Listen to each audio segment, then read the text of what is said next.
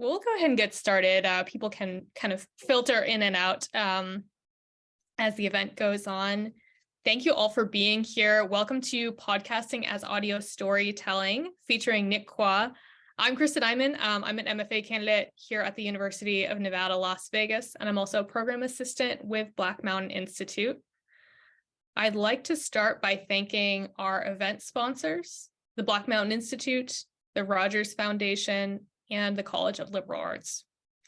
During this virtual program, I welcome and invite and encourage you to submit questions via the chat.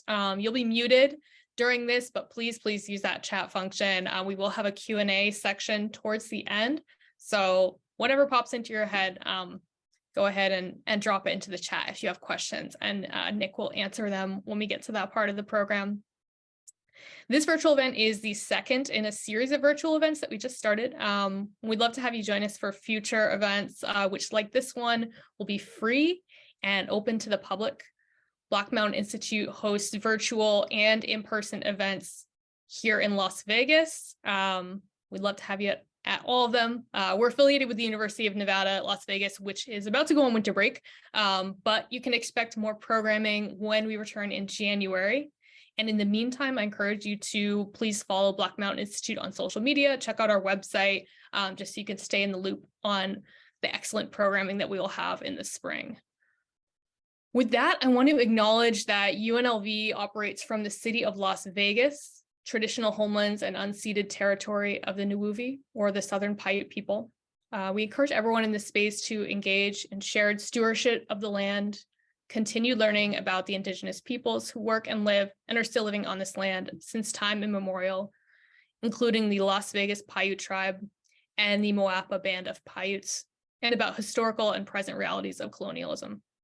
And I know we've got people joining us from all over, which is the thing that's so great about these virtual events. So I invite you, if you would like, to share in the chat where you're zooming in from. Now I'd like to welcome our guest for this evening, Nick Quah. He's a critic from New York Magazine's Vulture. He writes the 1.5 speed newsletter for the site. He was also the founder of Hot Pod, a newsletter about the podcast industry, which was sold to Vox Media in 2021 and is now an extension of The Verge. Welcome, Nick. Thank you for joining us. Pleasure to be here. So since this program is literary oriented, we're a literary organization at Black Mountain Institute, we're going to talk about storytelling. So I want to start by asking your thoughts on what do you think makes podcasting unique as a medium for telling stories? Well, the sort of stock answer that a lot of folks in the podcast community would say is that it's a lot more intimate. And if you want to be a little bit more sort of galaxy brain about that, you can tie it back, if you would like, all the way to the anthropology of sitting around a campfire and telling each other stories. Like before there was the written word, there were oral histories, there were people telling stories from one person to the other. And it's a more sort of, I think many sort of practitioners and producers would argue that it's a lot more present. You are a person in somebody's ear, you're a presence in their mind, and you're sort of delivering a narrative from one point to the other. And so it's a lot, in a sense, it's a lot more tangible. In a sense, it's a lot more squishy. And the art of it, at least in the United States, is pretty emergent still. I think there's a lot of, current radio producers, particularly in the narrative side, that would argue for the longest time there's one way to tell a narrative story in radio and in audio, but now we're in a place where a lot more different styles can be explored. And I think there's a sense of experimentation that is still very much alive. And I think that's also what makes the medium at this point in time somewhat unique. Yeah. What do you think that writers can learn from listening to podcasts? Like, what techniques can writers steal from that medium? It's a really good question, and I'll answer this with the caveat that I'm not a literary writer, so there's only so much empathizing I can do.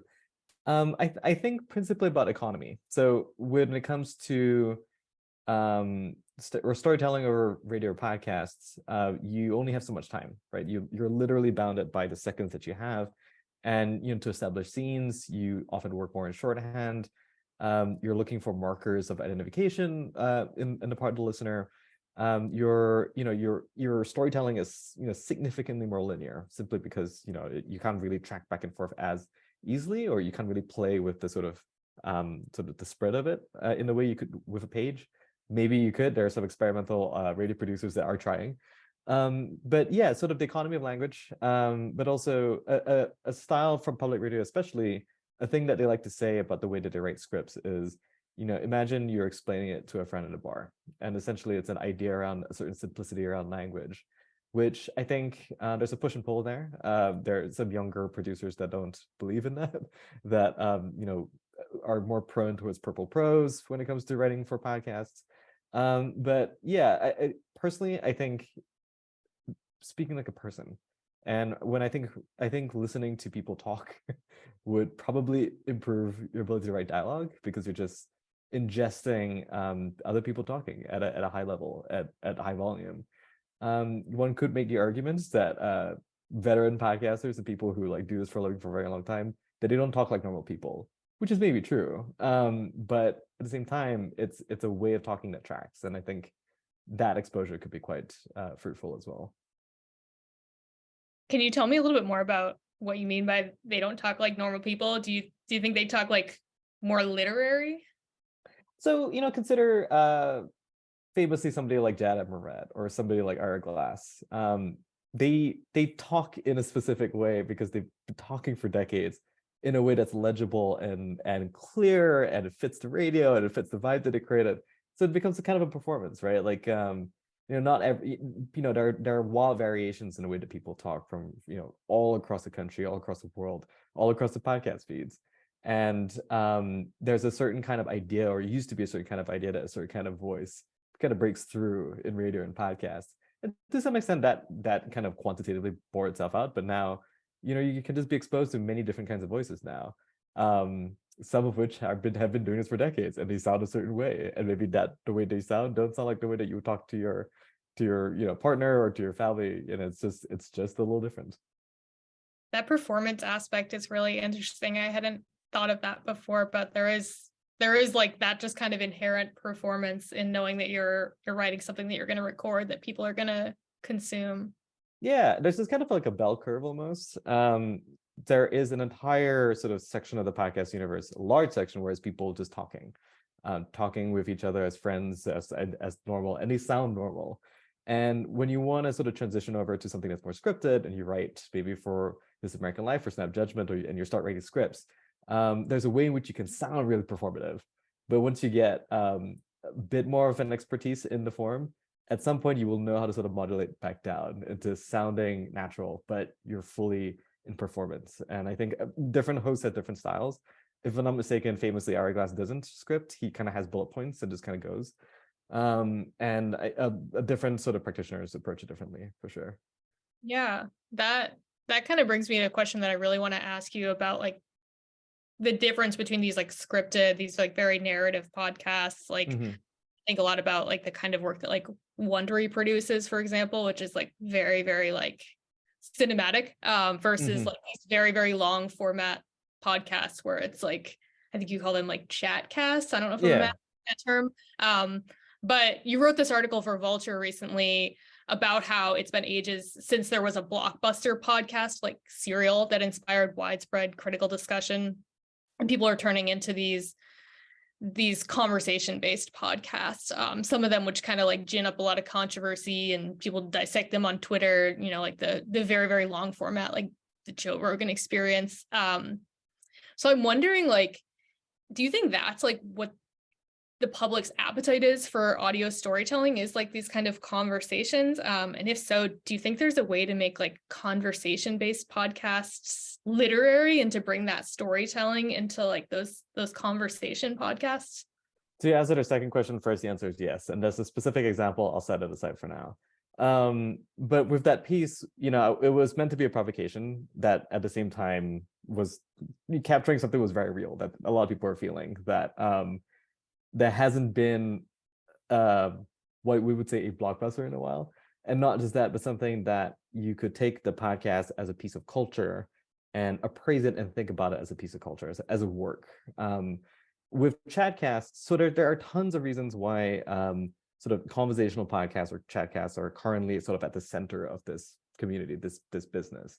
And it's largely because of the economics. It just, there's a large, history of broadcast radio and how that system works that carried over, and the way that the advertising sort of model works with how people make money. The more you produce, more episodes you produce, the cheaper you produce them, the more money you make, right? And so there's that sort of tension that's there. And then, the sad irony is that Serial, which, arguably kicked off the entire sort of phenomenon cultural boom, was an antithesis to that style of radio, that they were sort of conscious artistic narrative makers.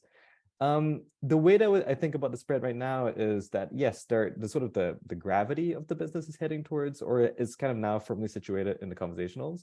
But, there's always been a community of people trying to make good art and good narrative podcasts and good audio documentaries.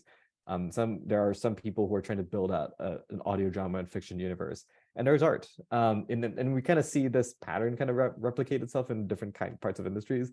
Like right now in the film business, the only primary films that make money, and it's always been true that the primary films that have always made money today would be things like superhero movies, but back then would be stuff like westerns and like celebrity vehicles, right? There's a certain sort of economy to it. But there is still sort of a subterranean layer, or a layer on the sort of margins of people making art through film.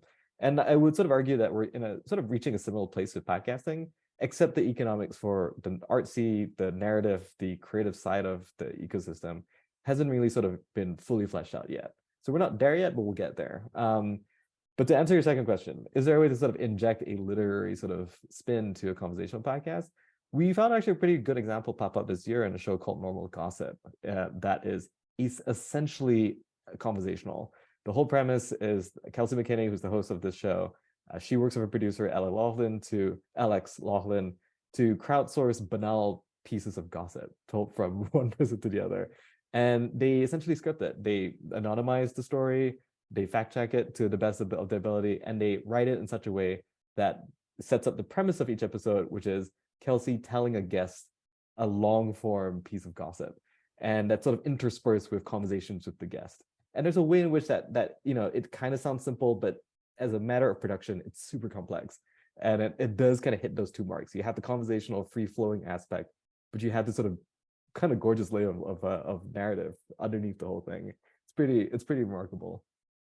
That's such a good example. I'm obsessed with that podcast. Great show.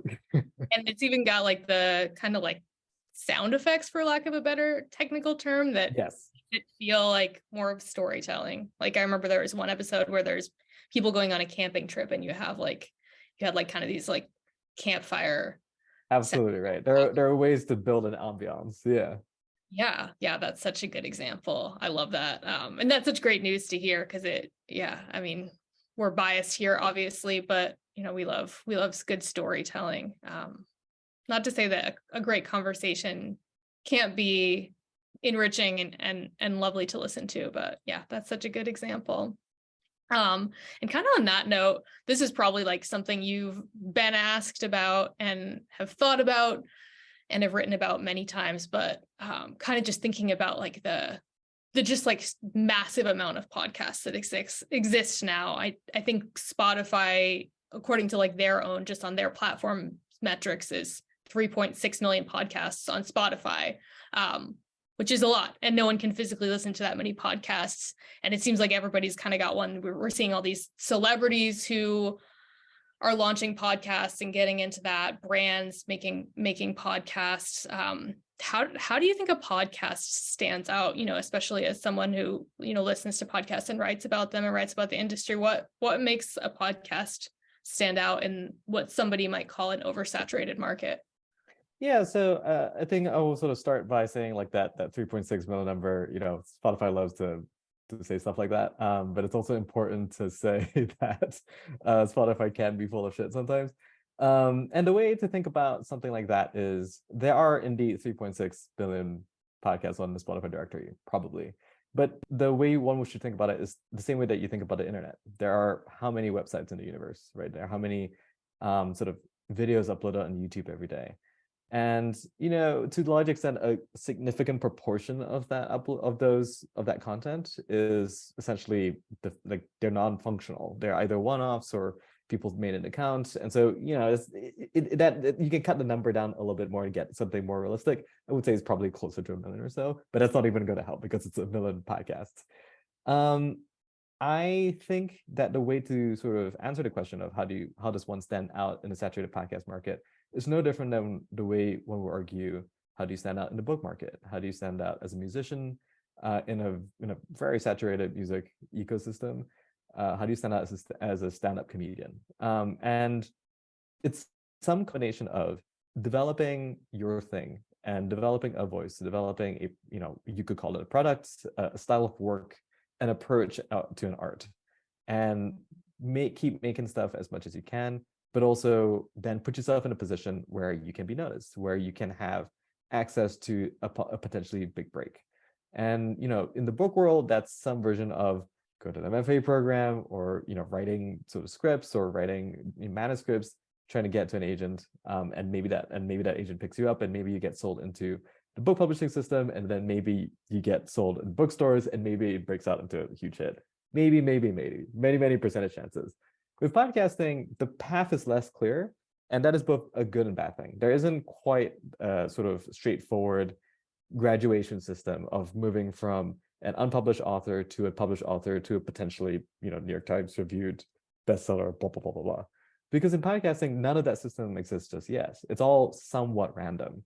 And there are some structures in place, like if you, for example, were able to get an excerpt of your show on, to be sort of aggregated or sort of rebroadcasted through a more popular show, and then maybe that kind of gets you an audience. And so it's about those two aspects of it. One is, refining your game, being better at whatever the craft is, whatever the show that you're making, and trying to make a concerted effort to build a coalition of people who would get your work out there and to build a sort of an economy around it. And it's pretty tricky on both sides, but that might be too of a general answer, but that's kind of how these things work, I'm afraid.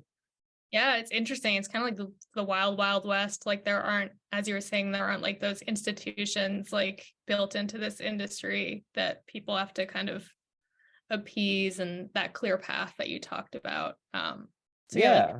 And to be sure, it's a good thing as well. There are lots of kinds of people who would never ordinarily be recruited into a radio station, who would be given airtime, who are building pretty good shows and great presences for themselves through places like Patreon.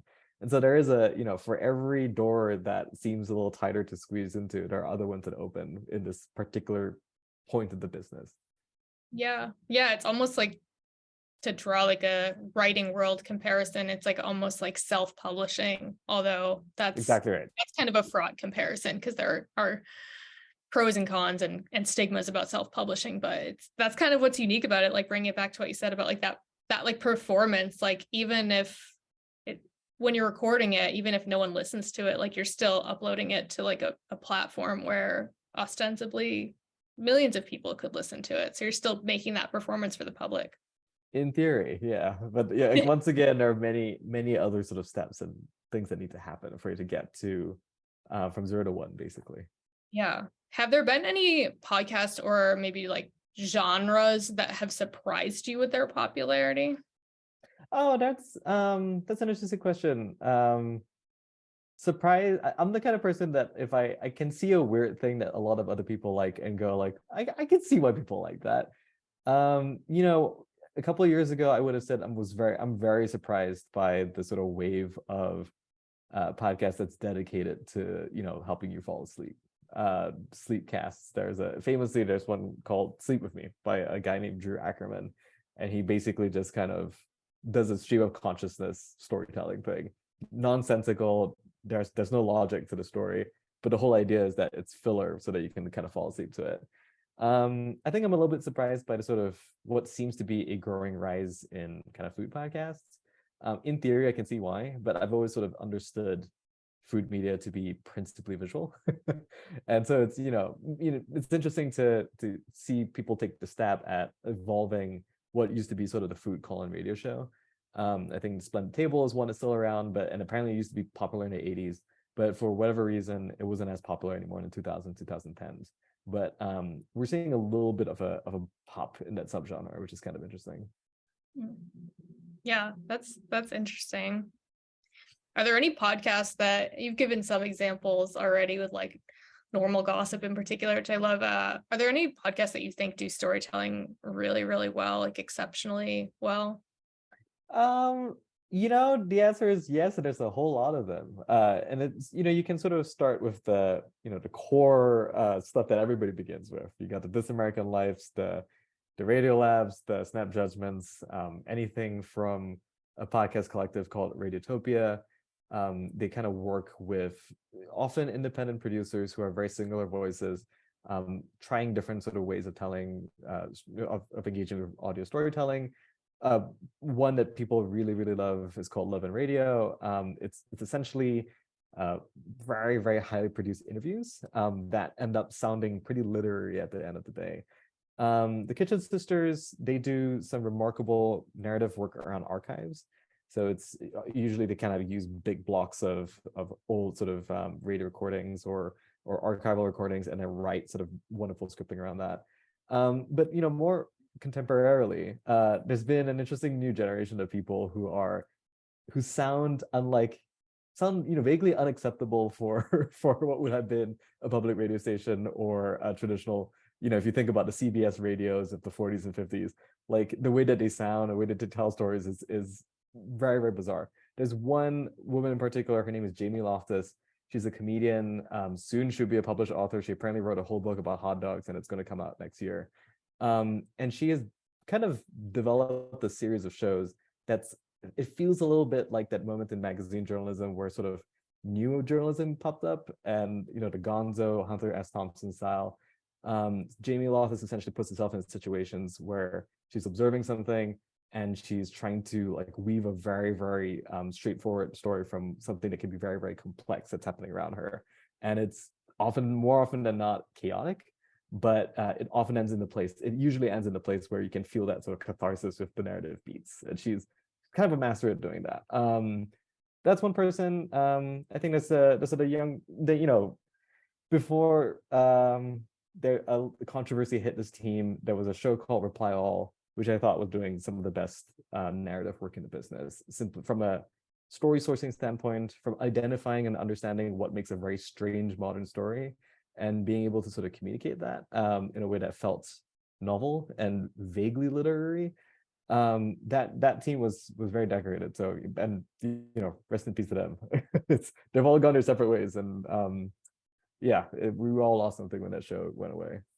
Yeah, those are such good examples. That 2-part episode, Long Distance, the Reply All, so beautiful. And I like that you mentioned Jamie Loftus too, because I think one thing that she does that Reply All did really well was like knowing when to use interviews, knowing when to bring in other voices. Right. Like Jamie Loftus would like My Year in Mensa would like cast people to like play these like roles. Right. And she probably did that with her other podcasts too. But that's something that is really unique to like bring it back to like what's unique about like audio for storytelling is like that overlap in journalism and being able to literally bring in those other voices and those other sounds, and also those segments. To hit on that a little bit more, what is unique to radio and podcasts is that ability to sort of carve out what sort of an external media format into the flow of the narrative.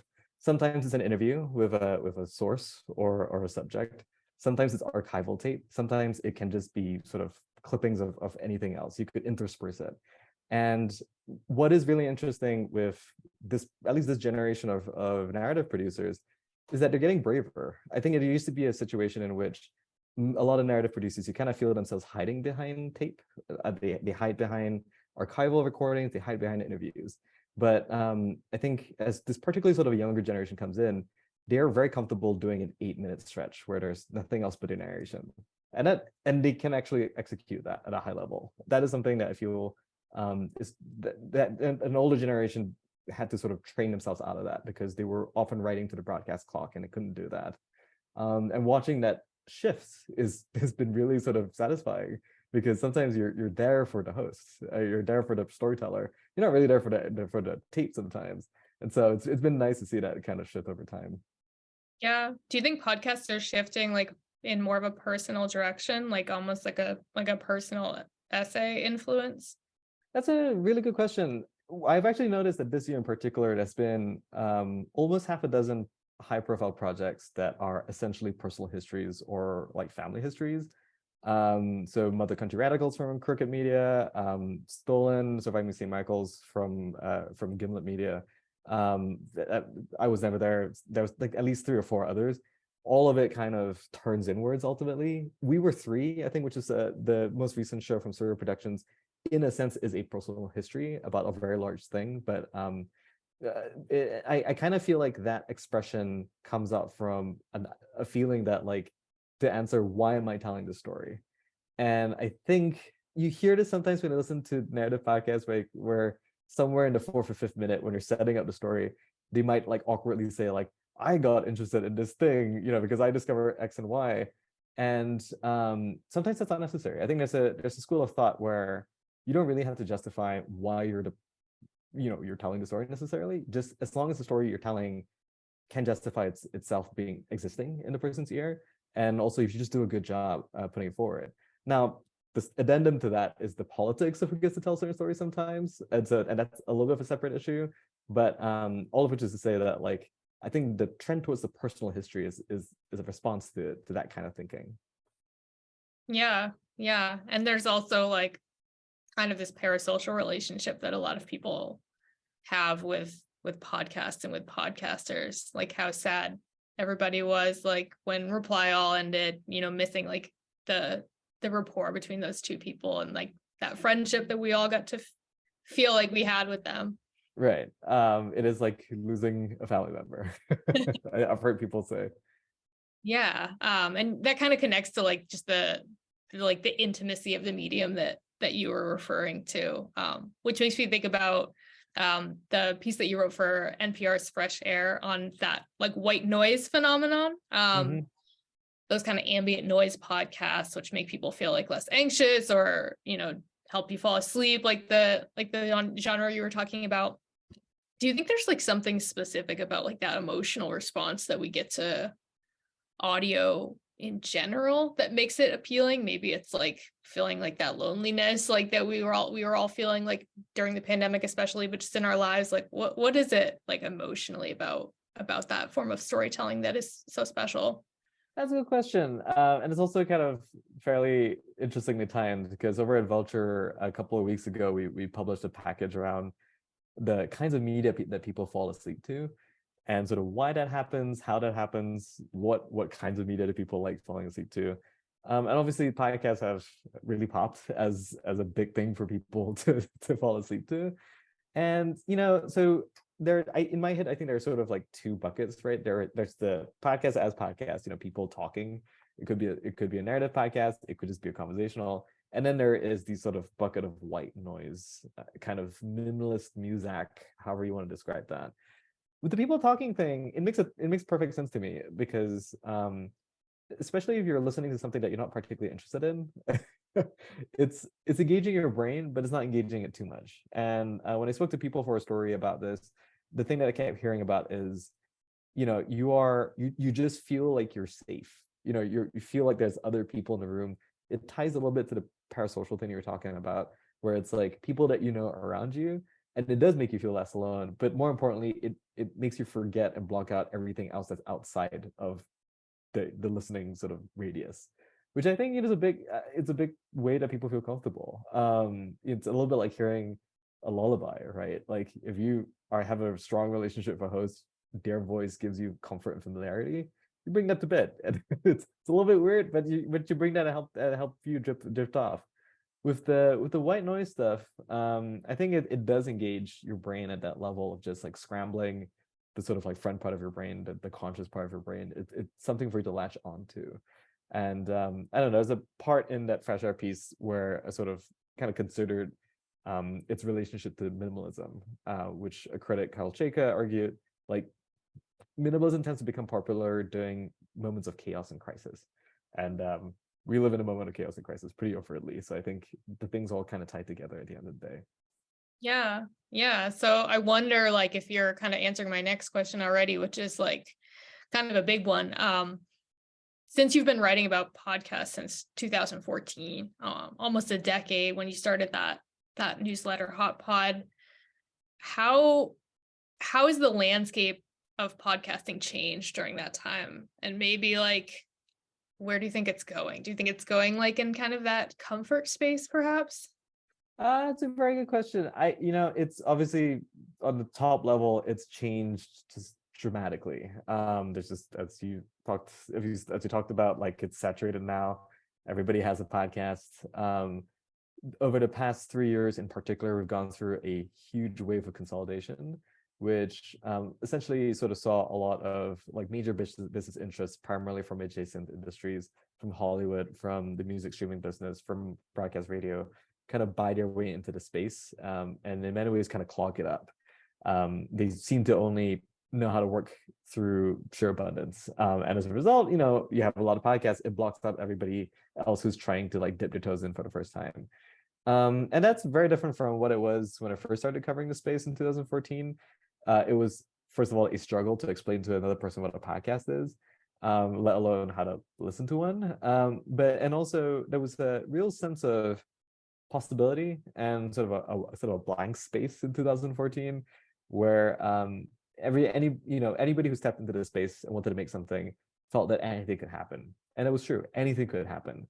That feeling of possibility is a little bit less these days, but mostly because all Wild Wests end up being, unfortunately, sort of filled up at some point. And so we're in a situation where we're locked into a rhythm and a dynamic that exists in other businesses. So as I mentioned, the past 3 years have seen a consolidating wave. I think right now we're seeing those businesses kind of figure out whether they're here for the long haul, whether they can actually figure this out. And of course, we're walking straight into a recession, and it's going to cause a lot more tightening in terms of budgets, and it's going to cause a lot more efficiencies in terms of, you can't keep publishing shows that don't make sense, that nobody wants, that's not making any money. So all of that would get flushed out, and the cycle begins again. You can begin anew. So I kind of feel like we are heading in a place where the possibility kind of inches back, but we're no longer the same. We know how to build a business. We know how to reach an audience much more than we did 10 years ago at that point. As to how things will look like and what will be popular, if I knew, I would, not be doing this for a living, I would be like super rich. So like, I don't know what's going to happen the next 1-2 years. So since we are a lot of writers here, I have to ask, if someone like a writer, or I guess any person, came up to you and was like, I want to start a podcast, what should I do? What advice would you give? Well, first of all, get equipment. And it's the same as if I were to go up to any one of you and tell you, hey, I want to write a novel, what should I do? There are 2 buckets to it, maybe 3. Let's call it 3. You have the sort of the actual artistic side of it, the actual craft side of it, and the actual sort of business side of it. The artistic side of it, you just understand what your taste is, know what kind of draws you to the medium in the first place, kind of make a list of the shows that speak most to you, that resonate the most with you, and trying to sort of understand what kind of aesthetics you slide into and what you like to draw from and evolve as a practitioner in the space. If it's narrative podcast, there's a wide sort of tradition of different kinds of schools of thought. It used to be the case that people argued there were only 3 kinds of narrative podcasts. There was This American Life, Radio Lab, and 99% Invisible. Now there's so many more. Now you can find your own lanes in that. And if you're more interested in something that's more conversational, find your community, essentially, and find who you are in that space. From a craft perspective, it's, if your intent is to work in a narrative space, simply getting comfortable with conducting interviews, with maybe mimicking scripts and narration from the shows that kind of resonate with you, and then sort of evolve from there. As they say, sort of like when you start any art form, you kind of start by copying, and then and then innovating from there and finding your own voice through that. It's necessary to learn how to cut tape, by which I mean it's necessary to know how to use a rudimentary editing software like Audacity is the free option. A lot of people like a piece of software called Hindenburg because it's a little cheaper than the industry standard, which remains Pro Tools. I believe that's an Adobe software. There are newer tools that are popping up. I think the Descript is one that's kind of trying to let you edit audio as if you're editing a text file, so that could be interesting. So that's the sort of more wonky part of it. There are lots of good resources to sort of draw from, and if you just want to keep learning, if you want to start learning about narrative writing for radio and podcast, I highly recommend a website called Transom, transom.org. AIR, AIR, that's the I believe it's the Association of Independent Radio, something like that. They have resources that's pretty useful.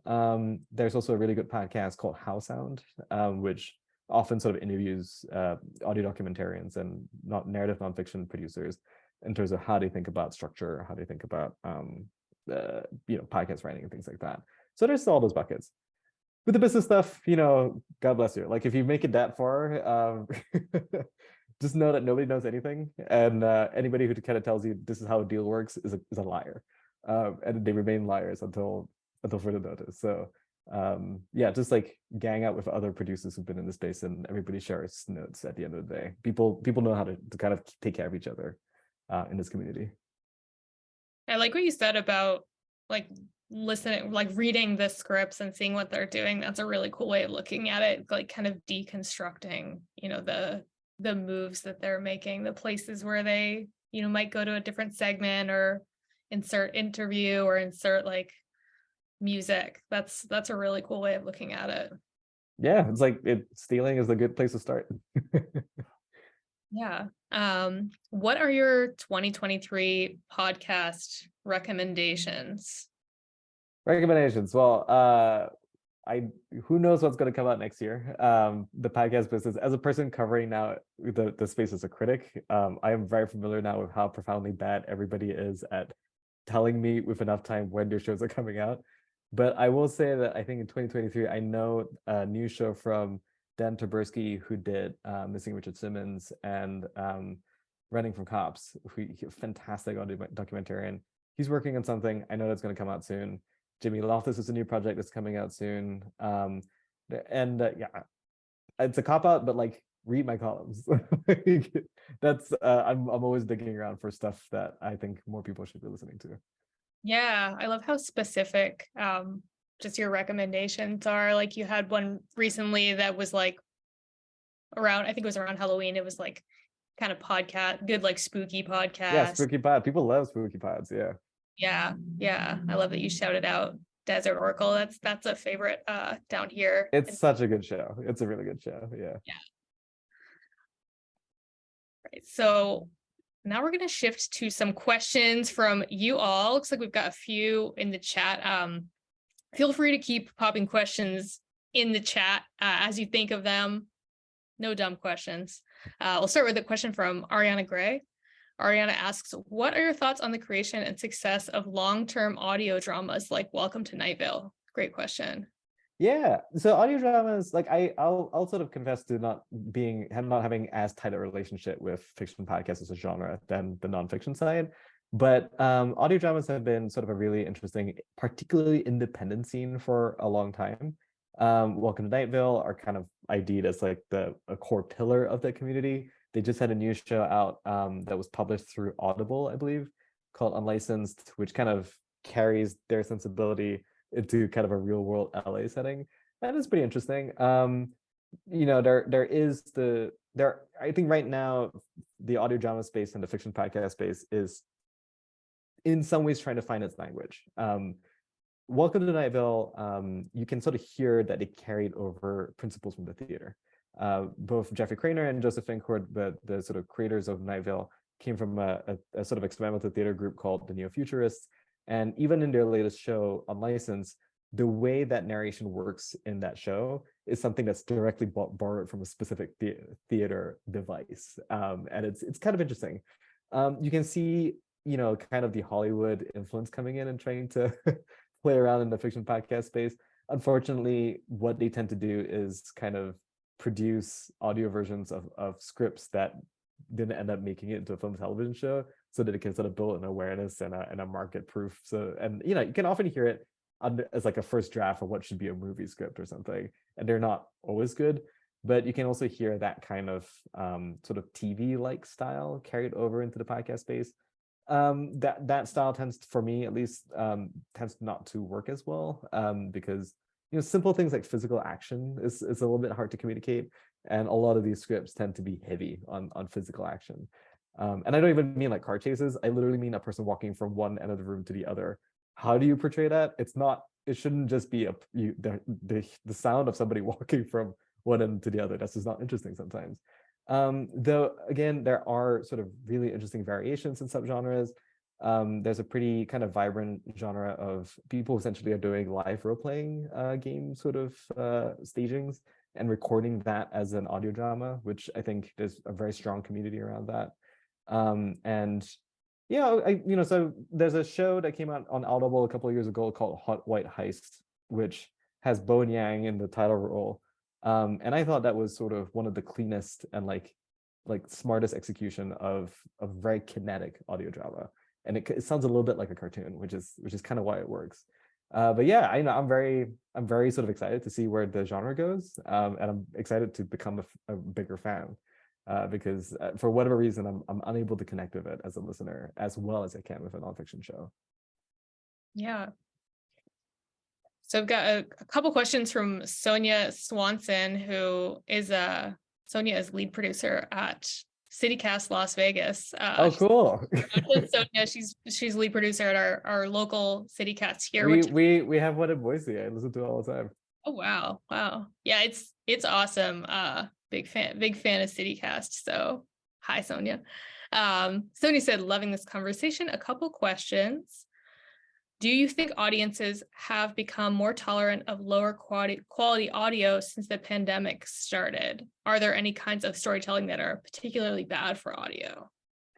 Second question is really interesting. I'm going to try to process that as I answer it first. As to whether audiences have become more tolerant of lower quality audio, that's really interesting, because I feel people argue the opposite, that since the pandemic started, there's so many more podcasts that like lower quality audio puts people off more quickly because of more options. That's the theory anyway. My gut feeling is that pandemic or otherwise, saturation or otherwise, and I'm mostly drawing from my own personal experience, and granted, I'm like a very atypical listener, but if you are listening to something that you really, really want to hear, that hits a topic that's just for you, that resonates with you, you would listen to like glass being crunched and like people scraping nails on the blackboard because you want to hear the actual thing so hard that the quality of the audio itself is sort of irrelevant. But from the perspective of like, good first impressions, right? I think lower quality audio is kind of a lower, I think folks have less tolerance, knowing that, especially if there's like not a strong first impression, especially if you're going into an experience or a show not already having an interest in it, not already having a relationship to either the subject matter or the other topic or the hosts. So it's always nice to be polite, right? And having better quality audio is a form of politeness. So that's kind of how I feel about that question. With respect to the question as to whether there are any kinds of storytelling that are particularly bad for audio, that's a really interesting question. In theory, I feel like there should be, but I also have sort of arrived at a place of my own, sort of thinking about art and sort of medium and creativity and stuff in the sense of like, no one thing is categorically bad. It's just maybe done badly. So I at this point in time, I don't think I have an answer for that question. I think my answer would be I don't think so. So Colette has a question about your earlier point about food writing. You talked about food writing that seems often image-based. Is there room for highly visual story-based narratives for podcasts? And are there outstanding examples you can think of related to photography? Photography, I'm afraid No. Photography. Well, so let me answer the first thing, or the first question first. Yes, there is room to sort of to build podcasts around subject matter that involves highly visual things. So there is kind of a nice little sort of sub community of like art podcasts, people like talking about art. But that is so reliant on one's ability to fully communicate and to describe in words what the piece is, right? And maybe that's not too different from art criticism on a page. So like a Jerry Saltz piece, for example, would dedicate 2 whole paragraphs, 3 paragraphs to like talking about lines, to talking about the shape of the thing, the staging of the room, that kind of stuff. So since there are ways to sort of to port that over, I'm thinking specifically about a show that came out a couple of weeks ago called Death of an Artist, which is essentially a true crime story that takes place within the art world. And there are lots of moments in which the narrator, who is a former museum curator, really does kind of go the distance with descriptions, like really kind of taking time to describe a work of prominence and making the argument for why it's prominent and why people should care about it. So, but you're always missing something, right? In the sense that maybe you do miss something when you only read about fine dining and not really go experience it for yourself. You're still bridging an impossible gap, but you try, and so maybe there's a way to try it. Are there any outstanding examples for photography? I am not familiar with any sort of photography subculture in podcasting. I can think of maybe 1 or 2 sort of narrative podcast episodes that are about specific photographs. I think Radiolab had one about a photograph from the Vietnam War. But I think my answer was that no, I don't think I have a very clear example for photography one. Yeah, and that's like, to connect it back to the overarching theme of tonight, like that's exactly what writers can bring to podcasting, I think, or I hope, is like those great descriptions can bridge Yes. like the visual. We have another question from Sonya. It says, sorry to ask a dark question. How will podcasts die someday, and what will replace them? An excellent existential theoretical question, but the answer for something like that is always something like, yes, it might die, but always by something that we possibly did not expect. I think a very, very, very similar question right now is being asked of cinema. With are people going back to the theaters? If we do not have Tom Cruise movies, will we be saved? Will James Cameron's Avatar come bring people back to their cineplexes? And if it does die, the reason why it died is because streaming came into existence, and it was a piece of technology that removed the sort of principal use case for the original, so for the previous form. And people go to theaters versus people sitting at home and watching something over their sort of personal devices.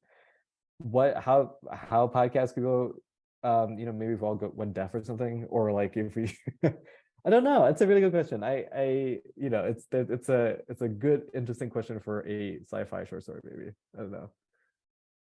Yeah, maybe YouTube, or I don't know. I mean, there's already like this kind of phenomenon of some podcasters like recording video. Yeah. I think that's interesting because what I interpret the video podcast boomlet to be is more of an expression of these platforms just fighting each other.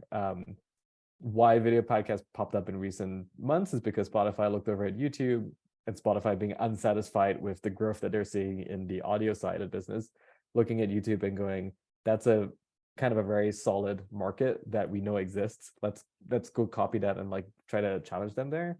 And then YouTube looking at what Spotify is doing, and YouTube going, I'm just gonna slap the word podcast on some of these kinds of content. And it's just kind of an arms race from there, and it's all independent from audio producers and what's happening on the art level, the community level. So I think it's a little bit of a different phenomenon. Got another question here. We recognize criticism as a writing art form itself. Can you talk about how you moved into podcast criticism in this realm? I was thinking that exact thing, and I would also love to hear like what your metrics are for criticizing podcasts, since like Sure. the criticism is kind of like a new genre in itself. Yeah, so I moved into it by accident. I was covering, so when I started covering the podcast sort of world in 2014, I was mostly covering the business side of things because that was what's interesting to me at the time. But of course, I was a listener, and I am a fan, and I have thoughts about how certain shows work out, the form of it, et cetera, et cetera. And I got very lucky. A couple of years into covering the podcast world, somebody at Vulture reached out and asked me if I would be interested in writing about podcasts and reviewing podcasts for them. So essentially, one thing led to the other, and that relationship was established. And I found a space where I could talk about podcasts as an art form, as a cultural artifact. Podcast criticism, of course, is extremely young. Like, if I'm not mistaken, I am probably the only full-time podcast staff writer in America, who's not like podcast is part of the other stuff that I'm covering. I'm mostly just covering podcasts. I think there's so much potential in this particular practice. There is a larger conversation about the state of criticism and what function they play. Film critics kind of constantly worried about their jobs. TV critics are not worrying about their jobs, but they wonder why they do their jobs. Music critics, kind of the same thing as film critics. With podcast criticism, specifically because there isn't a culture around it just yet, and there isn't sort of a unified way of thinking about what a history of this medium is. You know, when you think about what film is, and you can have an idea of what the history was, where all of these movements come from, what you like, what you don't like. With podcasting, because we start from a place of sheer abundance, it feels like curation, but the curation itself is the point, and the curation itself is a criticism of the medium as a whole, in my opinion. And so I don't know, it's something that I sort of deal with every day, while at the same time tackling very real world issues, which is, what do people want to read?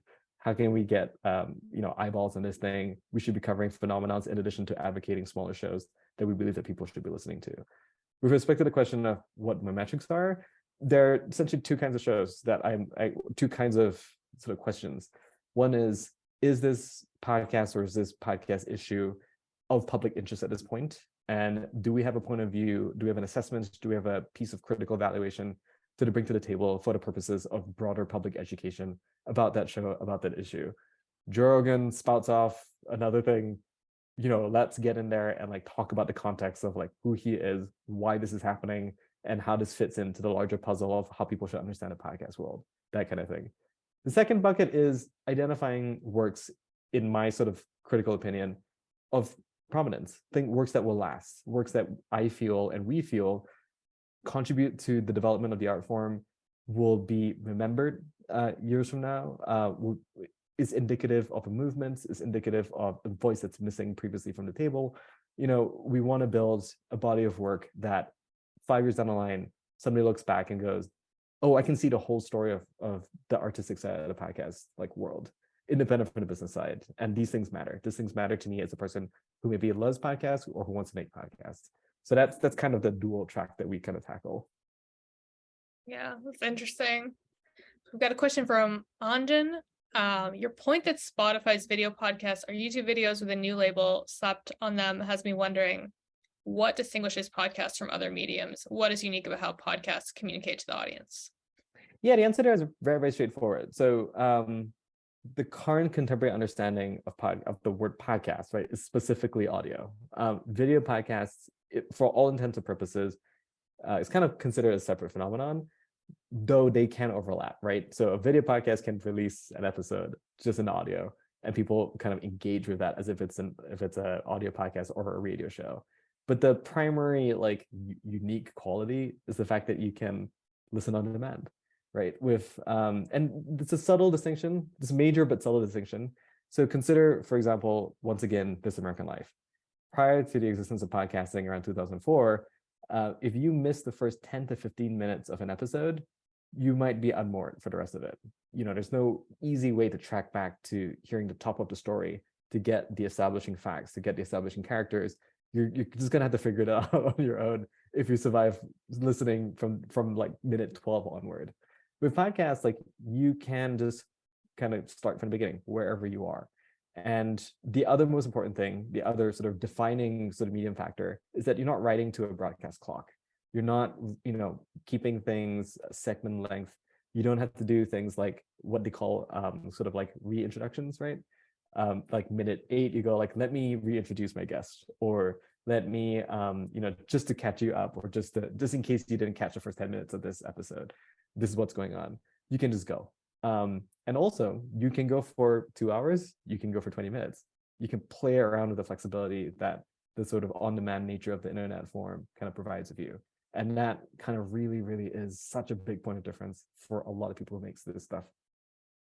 Yeah, that flexibility and just the fact that it's relatively new art form and form of media seems like it offers so much freedom. Yeah, and it's freedom that scares, but it's also freedom that excites. So you kind of get both worlds there.